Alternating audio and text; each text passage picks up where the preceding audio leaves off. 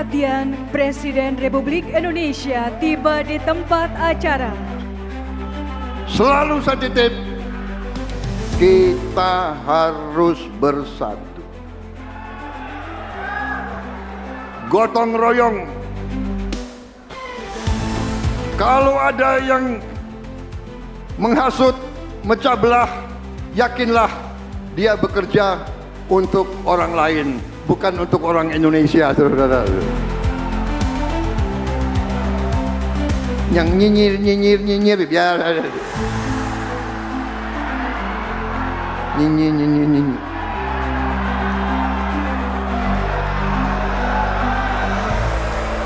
Tadi kita ada aspirasi, Pak. Katanya di HIPMI ini kan nama Kanda Dinda itu sebenarnya di HIPMI, Pak, sama organisasi Cipayung yang lain. Kalau Bapak berkenan, izinkan seizin Bapak dengan tidak mengurangi rasa hormat, kami juga ingin memanggil Kakanda Bapak Presiden Prabowo Subianto. Setuju nggak? Biar lebih dekat, Pak, supaya olahannya cepat masuk. Ada analis ya, podcast ya. Prabowo pingin banget jadi presiden.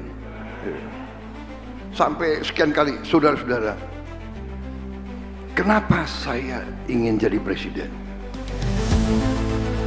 Halo guys, balik lagi di channel kita. Kali ini kita mau bahas pidato Presiden Prabowo di pembukaan Munas HIPMI ke-18 di Bandar Lampung yang sempat ramai dibahas.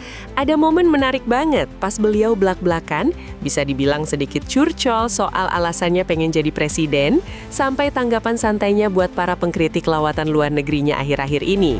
Saya ingin jadi presiden karena saya sudah lihat dari tahun 90-an Indonesia menuju arah yang salah.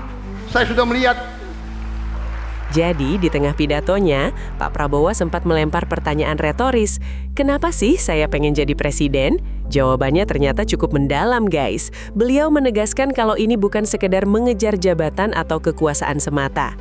Beliau merasa terpanggil karena melihat arah perkembangan Indonesia sejak era 90-an ada yang keliru dan harus segera dibenahi. Saya sering keluar negeri, Prabowo sering keluar negeri. Aneh gitu. Nah, yang nggak kalah ramai adalah reaksi beliau terhadap kritik tajam soal hobinya yang belakangan sering bepergian ke luar negeri. Sambil berseloroh, Pak Prabowo bilang, kalau kaum elit kita ini memang hobi ribut. Pak Jokowi jarang ke luar negeri disalahkan. Giliran saya sering ke luar negeri disalahkan juga, canda beliau. Tapi di balik candaan itu, beliau memberikan penjelasan geopolitik yang sangat masuk akal. Indonesia memegang prinsip politik bebas aktif, 1000 kawan terlalu sedikit, 1 lawan terlalu banyak. Bayangkan, sebagai kepala negara, beliau diundang oleh pemimpin negara-negara adidaya dunia, mulai dari Presiden AS Donald Trump, Presiden Rusia Vladimir Putin, Presiden China Xi Jinping, hingga pemimpin India dan Brazil. Menurut beliau, jika hanya mendatangi satu pihak dan melewatkan yang lain, hal itu justru bisa memicu ketegangan diplomatik. Jadi, kunjungan-kunjungan ini krusial untuk menjaga keseimbangan hubungan luar negeri demi kepentingan seluruh rakyat Indonesia. Secara garis besar, inti dari keseluruhan pidato Pak Prabowo di Munas HIPMI ke-18 ini sebenarnya adalah seruan untuk memperkuat nasionalisme ekonomi.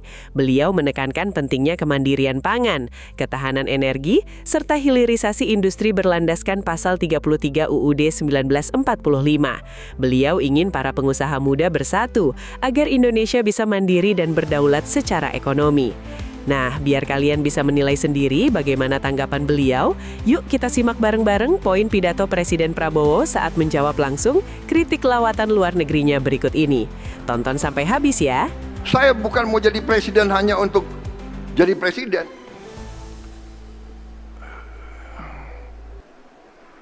Lo kira enak? Iya kah?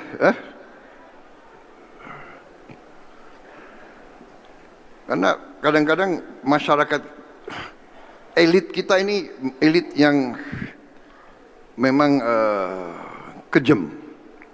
Elit kita ini ya, tapi hampir semua elit bangsa-bangsa seperti kita ribut terus. Sukanya elitnya suka ribut, rakyat tidak. Rakyat paling ngerti.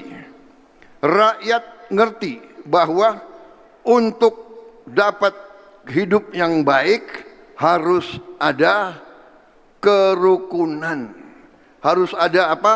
Harus ada paguyupan, harus ada kerjasama, harus ada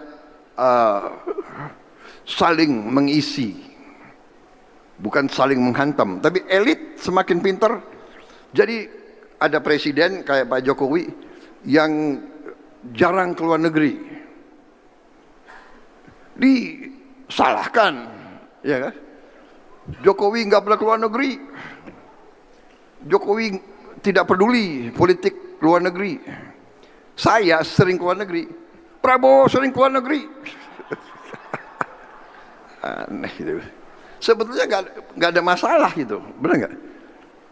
Situasi mungkin berubah. Sekarang dinamikanya geopolitik begitu kacau. Kita tidak tahu kawan siapa, lawan siapa. Kita beruntung, saya beruntung.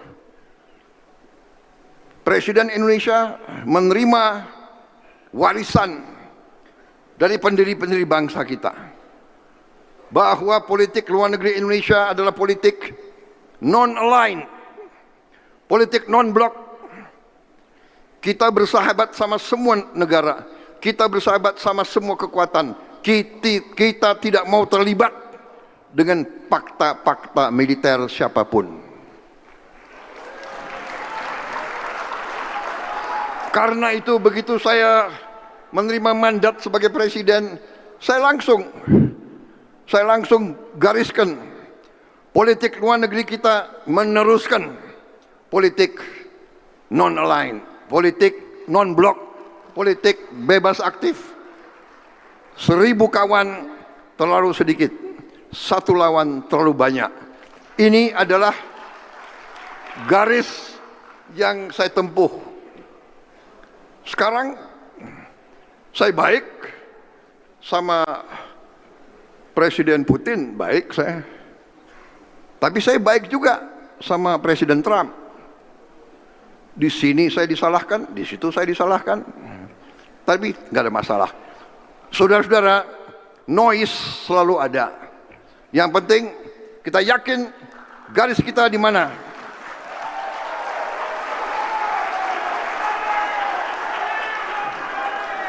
Selama saya yakin saya kerja untuk bangsa dan rakyat Indonesia, selamanya saya tidak ragu-ragu.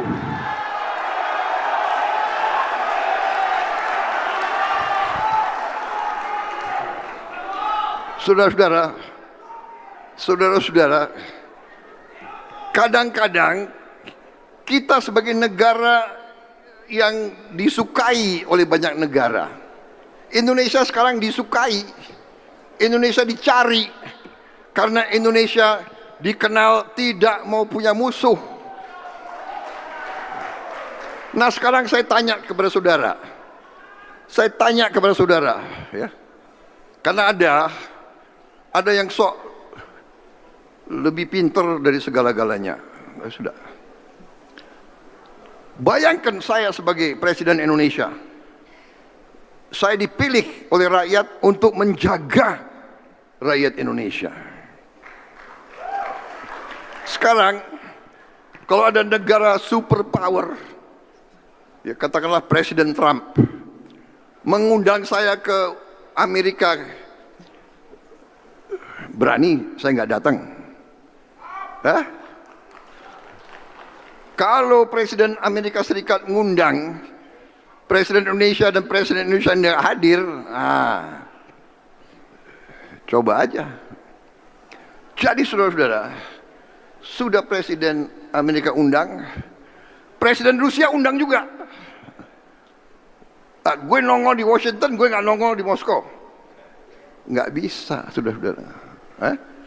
Habis itu diundang lagi oleh Presiden Xi Jinping. Ya gue hadir, benar nggak? Diundang lagi oleh India. India 1,4 miliar orang. Pasarnya besar. Teknologinya hebat. Jadi Brasil sama. Jadi saudara-saudara, inilah risiko negara yang sahabatnya banyak. Kita Indonesia ini negara terbesar di ASEAN. Kita anggota APEC, anggota Konferensi Islam, OKI, sekarang anggota BRICS, anggota G20. Kita kalau diundang kita nggak hadir. Jadi ini saya mau cerita sama saudara-saudara. Untuk membela kepentingan rakyat, memang kita harus memelihara hubungan baik dengan semua pemerintah itu semua. Makanya saya katakan, politik Indonesia adalah politik tetangga yang baik.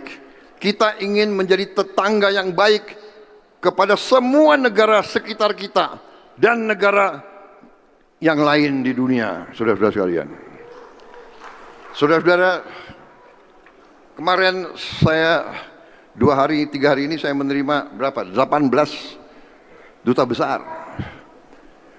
Hampir semuanya menyampaikan undangan dari Presiden dan Perdana Menteri masing-masing.